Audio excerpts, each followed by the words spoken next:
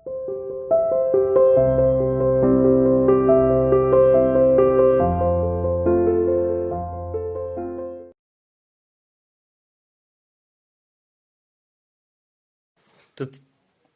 चलिए बच्चे शुरू करते हैं आज का वीडियो। तो कल हमने पढ़ा था कि हाना उसकी तरफ देखकर बोलती है, देखो कितना ब्लीडिंग हो रहा है इस इंसान को, इसको बड़ी गहरी चोटें लगी हैं।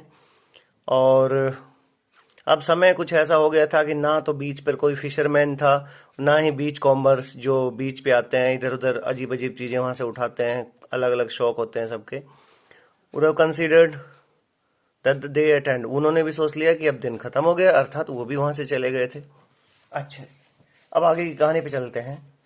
What shall we do with this man? इस आदमी का हम क्या करें? सदाव मटर्ड, मतलब he was muttering means he was speaking, थोड़ा सा बड़बड़ाते हुए बोलते हैं कि अब क्या करें इसका। But his trained hands seemed of their own will, लेकिन ऐसा लग रहा था कि उसके ट्रेंड हैंड्स जो हैं अपनी मर्जी के लिए कुछ करना चाहते हैं। To be doing what they could, जो उसके हाथ कर सकते थे उसके हाथ वही करना चाहते हैं। अब वो क्या कर सकते थे? हाँ जी, what could his hands do means he wanted to save that man, he wanted to do his operation, many things. What they could do to stanch means to stop the fearful bleeding. He pegged, अब क्या किया उसने? Bleeding रोक दी। He pegged,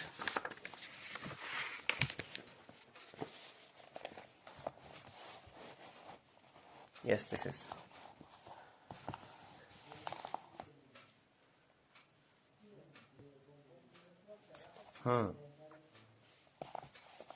he pegged the wound with the sea moss that strewed the beach. अब देखो, he pegged the wound with the sea moss, moss काई को कहते हैं, strew का मतलब फैली हुई, बिछी हुई, sea moss that strewed the beach, जो बीच पर फैली हुई थी, उस काई से ही उसने उसके घाव को भर दिया।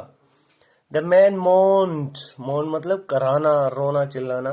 The man moaned, वो इंसान बहुत करा, with pain in his stupor, stupor मतलब बेहोशी, in his almost motionless, with pain in his stupor, but he did not awaken, लेकिन वो खड़ा नहीं हो सका, जाग नहीं सका, थोड़ी सी बेहोशी में था और बेचारा कराया, जैसे उसने काई को उसके जख्मों में, उसके घाव के अंदर भरा।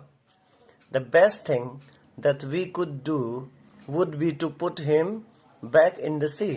अब सबसे अच्छा हम यही कर सकते हैं कि इसको उठाकर वापस समुद्र में फेंक देते हैं। सदाव said, answering himself, अपने मन ही मन ऐसा बोलता रहा। Now that the bleeding was stopped, अब जब उसका खून रुक गया था, बहना बंद हो गया था, for the moment, कुछ देर के लिए, he stood up and dusted the sand from his hands. अब वो खड़ा होता है, अपने हाथ झाड़ता है, साफ करता है।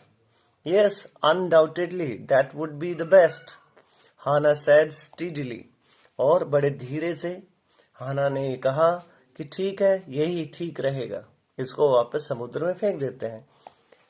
But she continued to stare down at the motionless man, लेकिन वो उस आदमी को लगातार घूरकर देखती रही। If we sheltered a white man in our house, we should be arrested.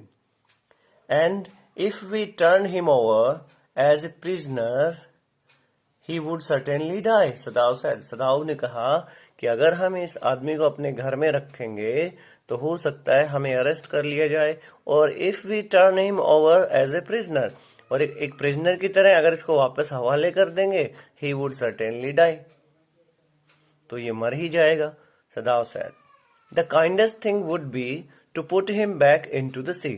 मेरे ख्याल से यही बेहतर तरीका रहेगा, सबसे दयालु तरीका यही रहेगा कि वापस इसे समुद्र में फेंक दिया जाए, हाना said. But neither of them moved, लेकिन दोनों इतने इमोशनल हो गए थे, they both were very emotional on seeing that kind of emotional scene, and they were not allowing themselves to go from there. They were moved, they were touched. But neither of them moved. अब उनमें से कोई भी वहां से नहीं जा रहा था, उसे देख रहे थे, ना ही उसे फेंक पा रहे थे।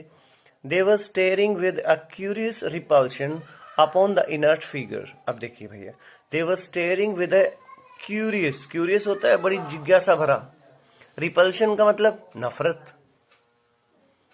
They were staring with a curious repulsion upon the inert figure. Inert मतलब बिल्कुल ढहा हुआ, कोई चीज गिरी हुई, it is completely demolished, ये कह सकते हैं।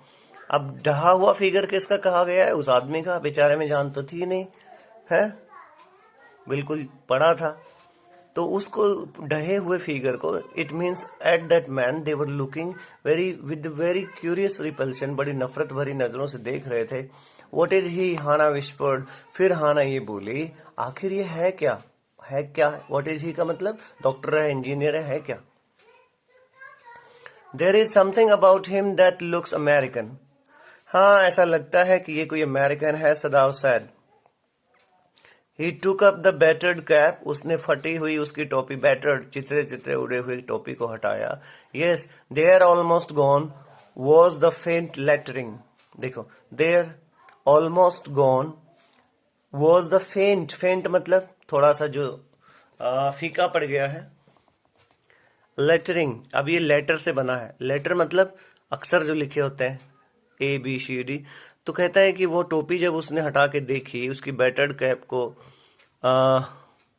हटाया और उस पर देखा कि क्या लिखा है, तो बड़े फेंट लेटरिंग में, बड़े ही मिटे हुए से शब्दों में क्या लिखा हुआ था? A seller. अ सेलर का मतलब वो नाविक है, एक सिपाही है US नेवी का। He said from an American worship, he spelled it out. वो उसने कहा कि एक अमेरिकन वॉरशिप का एक सेलर है।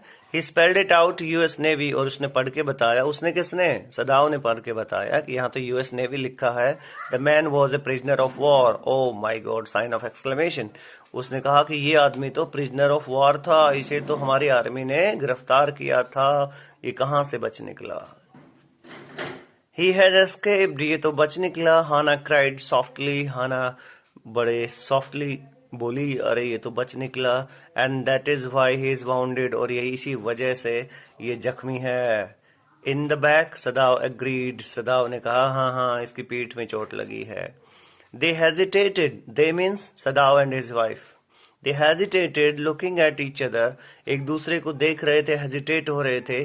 Then Hana said with resolution, resolution होता है दृढ़ निश्चय कर लेना। फिर हाना ने बड़े दृढ़ता से कहा, come are we able to put him back into the sea. देखो, क्या हम इसे समुद्र में वापस फेंकने के लायक हैं? मतलब क्या हम फेंक सकते हैं? क्या हमारा मन अलाउ करता है? If I am able are you, चलो मैं अगर फेंकना भी चाहूं तो क्या तुम फेंकना चाहोगी? सदाव आस्क्ड, अपनी वाइफ से पूछता है। No, Hana said, but if you can do it alone. और हाना ने कहा, मैं तो नहीं फेंक पाऊंगी, अगर तुम अकेले करना चाहते हो तो करो। सदाव हेजिटेटेड अगेन, फिर से वो झिझक जाता है। The strange thing is, he said, that if the man were whole I could turn him over to the police without difficulty। अब सदाव हेजिटेट होकर के बोलता है, देखो सबसे अजीब बात यह है कि अगर ये आदमी होल, होल का मतलब सारा पूरा, अर्थात ये डैमेज नहीं होता, इसको चोट नहीं लगी होती, इंजर्ड नहीं होता, समझ गए ना? डैमेज का मतलब अजीब शब्द है, डैमेज यूज नहीं होता ह्यूमन के लिए। मीन्स ये अगर इंजर्ड नहीं होता, ये वाउंडेड नहीं होता, I could turn him over to the police without difficulty, मैं इसे पुलिस के हवाले बिना किसी तकलीफ के कर देता, बिना सोचे। आई केयर नथिंग फॉर हिम, मैं उसकी परवाह नहीं करता हूँ। ही इज माई एनिमी, आखिर मेरा दुश्मन देश का इंसान है। All American are my enemy and he is only a common fellow, और मेरे लिए सिर्फ आम आदमी है। You see how foolish his face is, जरा देखो इसका चेहरा कितना बेवकूफों जैसा है। But since he is wounded, पर क्योंकि इसको चोट लगी है, बस इसीलिए, आगे डॉट डॉट डॉट कुछ बोल नहीं रहा है, इतना अपनी वाइफ से वो कहता है, बस चोट लगी है इसलिए पुलिस के हवाले इसको नहीं कर सकते।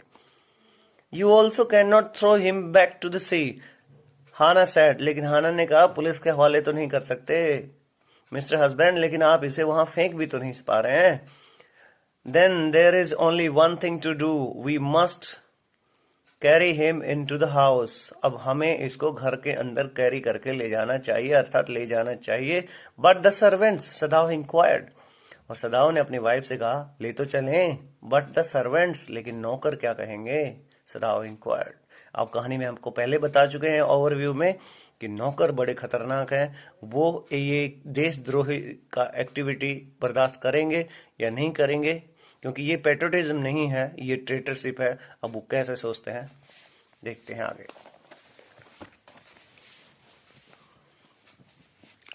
We must simply tell them that we intend to give him to the police. हमें सिर्फ उनको ये बताना है कि हमारा इंटेंट, हमारा इरादा ये है कि हम इसे पुलिस के हवाले करेंगे। As indeed we must, और जो कि सचमुच हम करेंगे भी। Indeed का मतलब सचमुच होता है। We must, सदाव। We must think of the children and your position.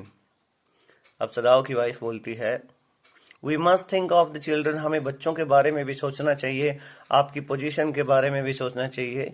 It would endanger all of us if we did not give this man over as a prisoner of war. अगर हमने इस आदमी को prisoner of war की तरह police के हवाले नहीं किया तो हमें बहुत खतरा हो सकता है। It would endanger all of us, हमें खतरे में ये बात डाल सकती है इसको यहाँ रखने से। Certainly, सदाव agreed, सदाव ने कहा बिल्कुल ऐसा हो सकता है। I would not think of doing anything else, मैं कुछ और करने की सोचूंगा भी नहीं। Thus agreed, together they lifted the man, लेकिन दोनों मान गए और उस आदमी को उठाया अंदर ले गए। He was very light, बहुत ही हल्का सा आदमी था। Like a fowl, fowl होता है एक पक्षी या पक्षी का छोटा बच्चा। Like a fowl that had been half starved, अब starve का मतलब भूखा होता है, जैसे ही वो एक पक्षी का बच्चा हो और इसे काफी दिन भूखा रखा गया हो, for a long time, until it is only feathers and skeleton, जब तक उसके पंख ना निकल गए हों, उसकी हड्डियां तक नजर ना आ गई हों, तब तक उसे भूखा रखा गया हो। स्केलेटन, ढांचा। So his arms hanging, they carried him up the steps, उसके बाजू लटकते हुए वो उसे सीढ़ियों की तरफ ले गए। And into the side door of the house, और घर में साइड डोर में उसको ले गए। This door opened into a passage, ये दरवाजा एक बड़े से रास्ते में खुलता था। Passage मीन्स रास्ता भी होता है। And down the passage they carried the man towards an empty bedroom, और उस रास्ते से, उस कॉरिडोर से चलते चलते वो इसे एक एम्प्टी बेडरूम में ले गए। It had been the bedroom of Sadav's father, ये सदाव के पिताजी का कमरा था। And since his death it had not been used, और जब से उनके पिताजी गुजरे हैं, तब से इस कमरे का यूज नहीं किया गया है। They laid the man on the deeply matted floor, उन्होंने इस आदमी को मैटेड फ्लोर मतलब मैट के फ्लोर पर, फर्श पे लिटा दिया। Everything here had been Japanese, यहाँ पर हर चीज जैपनीज किस्म की थी। To please the old man, उस इंसान को, ओल्ड मैन किसके लिए, फादर के लिए यूज हुआ है कि उनके फादर को खुश करने के लिए सब कुछ यहाँ जैपनीज रखा हुआ था। आपको पहले भी बता चुके हैं कि उनके पिताजी बहुत डेंजरस इंसान थे, वो फॉरेन की चीजें पसंद नहीं करते थे, बहुत ट्रेडिशनल इंसान थे, पेट्रियोटिक फीलिंग वाले थे। Who would never in his own home sit on a chair or sleep in a foreign bed, जो कभी भी किसी चेयर पर और फॉरेन बेड पर यानी विदेशी चेयर पर या बेड पर नहीं सोया करते थे। Hannah went to the wall cupboards and slid back a door and took out a soft quilt. Hannah went to the wall cupboard, अब दीवार वाला जो कबर्ड था उसकी तरफ हाना जाती है। स्लिड बैक, स्लाइड का मतलब फिसलना होता है, स्लाइड करके नहीं खोलते हैं, जैसे दीवार में कोई डोर होता है तो उसको इधर लेफ्ट राइट स्लाइड करते हैं। Slide back a door and took out A soft quilt, और एक सुंदर सी सॉफ्ट सी क्विल्ट मतलब रजाई वो निकालती हैं। शी हेजिटेटेड, लेकिन वो थोड़ा हेजिटेट करती हैं। The quilt was covered with flowered silk. अब क्विल्ट जो थी, रजाई जो थी, फ्लावर्ड सिल्क, बड़ी अच्छी सुंदर सी सिल्क से बनी हुई थी। And the lining was pure white silk, और उस पे जो लाइनिंग थी वो प्योर व्हाइट सिल्क की थी। Means white silk flowered silk का कॉम्बिनेशन उस रजाई का था। अब इतनी सुंदर सी रजाई लग रही थी, वो इसके यहाँ यूज नहीं करना चाहते थे। He is so dirty she murmured in distress. वो थोड़ा सा निराश होते हुए कहती है, अरे ये तो बहुत गंदा है, इसको इस रजाई पे सुलाएं, या रजाई पे सुलाएं या ना सुलाएं, ये वो सोचते रहे, यानी कि यहाँ लेटाएं या ना लेटाएं for the operation. Okay, nice for the day. कल इसके आगे बढ़ते हैं। अब कहानी में आगे क्या हुआ होगा ये आप इमेजिन करते रहिएगा, इसको रीड करिएगा अच्छी तरह से और क्वेश्चन आंसर फाइंड आउट करिएगा। खासकर एमसीक्यूज जहां बनते हो, वो मतलब सिंगल लाइनर बनते हो जो एमसीक्यूज में काम आते हैं। तो thank you so much for the day, see you tomorrow, bye.